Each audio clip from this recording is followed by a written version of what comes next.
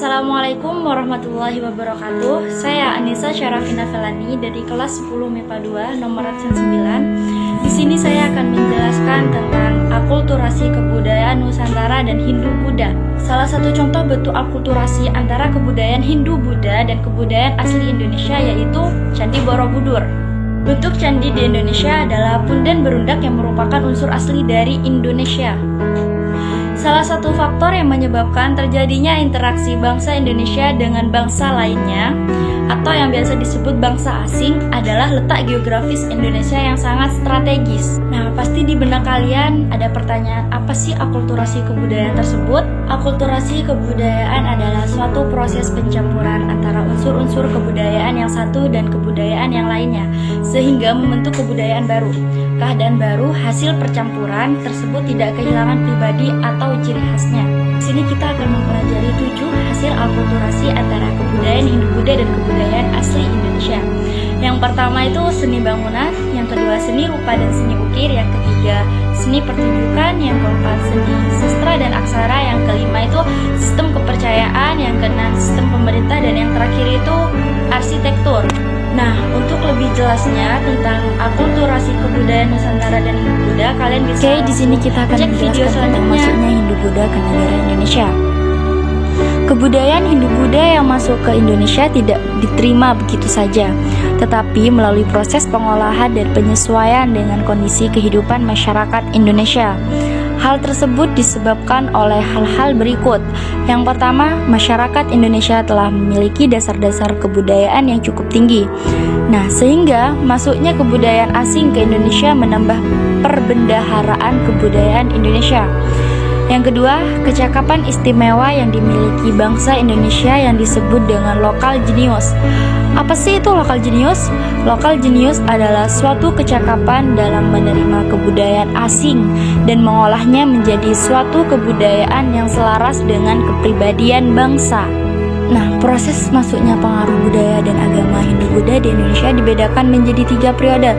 Yang pertama, periode awal, yaitu pada periode ini pada abad ke-5 sampai ke-11 Masehi, pengaruh unsur budaya Hindu-Buddha lebih kuat dan lebih menonjol daripada unsur kebudayaan asli Indonesia. Yang kedua, periode tengah. Pada periode ini, abad ke-11 sampai ke-16 Masehi, unsur Hindu-Buddha dan Indonesia berimbang. Yang ketiga, periode akhir. Pada periode ini, abad ke-16 sampai dengan sekarang, unsur Indonesia lebih kuat dibandingkan dengan periode sebelumnya. Untuk hasil akulturasi antara kebudayaan Hindu-Buddha dan kebudayaan asli Indonesia. Yang pertama, seni bangunan. Bangunan candi merupakan bentuk akulturasi antara unsur budaya Hindu-Buddha dan unsur budaya Indonesia asli. A. Candi, salah satu contoh bentuk akulturasi antara kebudayaan Hindu-Buddha dan kebudayaan Indonesia adalah Candi Borobudur. Candi merupakan sebuah bangunan yang berasal dari zaman kekuasaan kerajaan-kerajaan Hindu-Buddha di Indonesia. Candi dalam agama Buddha merupakan sebuah tempat pemujaan terhadap Tuhan Yang Maha Esa melalui Sang Buddha Gautama. Pada umumnya, bangunan candi terdiri dari 3 bagian, yaitu sebagai berikut. Yang pertama, Burloka adalah bagian bawah candi yang melambangkan kehidupan dunia fana. Yang kedua, Burvaloka adalah bagian candi yang melambangkan tahap pembersihan dan pemurnian jiwa. Yang ketiga, Svarloka melambangkan tempat para dewa atau jiwa yang telah disucikan.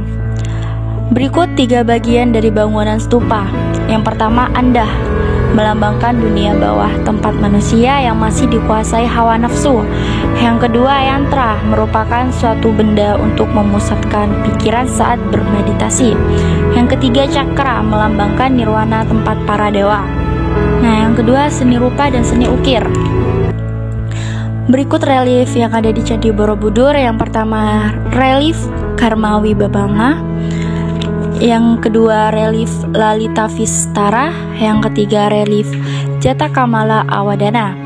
Yang keempat, relief Gandawi Yuha Batracari. Yang ketiga, seni pertunjukan. Menurut J.L.A. Brandes, salah satu seni pertunjukan asli yang dimiliki bangsa Indonesia sebelum masuknya unsur-unsur budaya India adalah gamelan. Nah, yang keempat, seni sastra dan aksara. Di Indonesia, prasasti dapat dikelompokkan sesuai bahasanya. Yang pertama, prasasti dalam bahasa Sanskerta. Yang kedua, prasasti yang menggunakan bahasa Jawa kuno. Yang ketiga, prasasti dalam bahasa Melayu kuno. Yang keempat, prasasti dalam bahasa Bali kuno. Nah, yang kelima, sistem kepercayaan. Fungsi candi di India adalah sebagai tempat pemujaan, sedangkan di Indonesia di samping sebagai tempat pemujaan candi untuk sebagai makam raja atau untuk menyimpan abu jenazah raja yang telah meninggal. Secara filosofi, lingga dan yoni adalah lambang kesuburan dan lambang kemakmuran. Yang keenam, sistem pemerintahan. Sistem pemerintahan yang dianut di Indonesia sebelum masuknya pengaruh Hindu-Buddha ke Indonesia adalah sistem pemerintahan desa yang dipimpin oleh seorang kepala suku dan dipilih berdasarkan kekuatan dan kelebihannya. Yang terakhir, arsitektur. Selain bangunan, seni rupa dan seni ukir, seni pertunjukan, seni sastra dan aksara, sistem kepercayaan serta sistem pemerintahan, bentuk akulturasi yang lain adalah arsitektur pada bangunan-bangunan keagamaan. Nah, mungkin ini saja yang bisa saya sampaikan. Wassalamualaikum warahmatullahi wabarakatuh.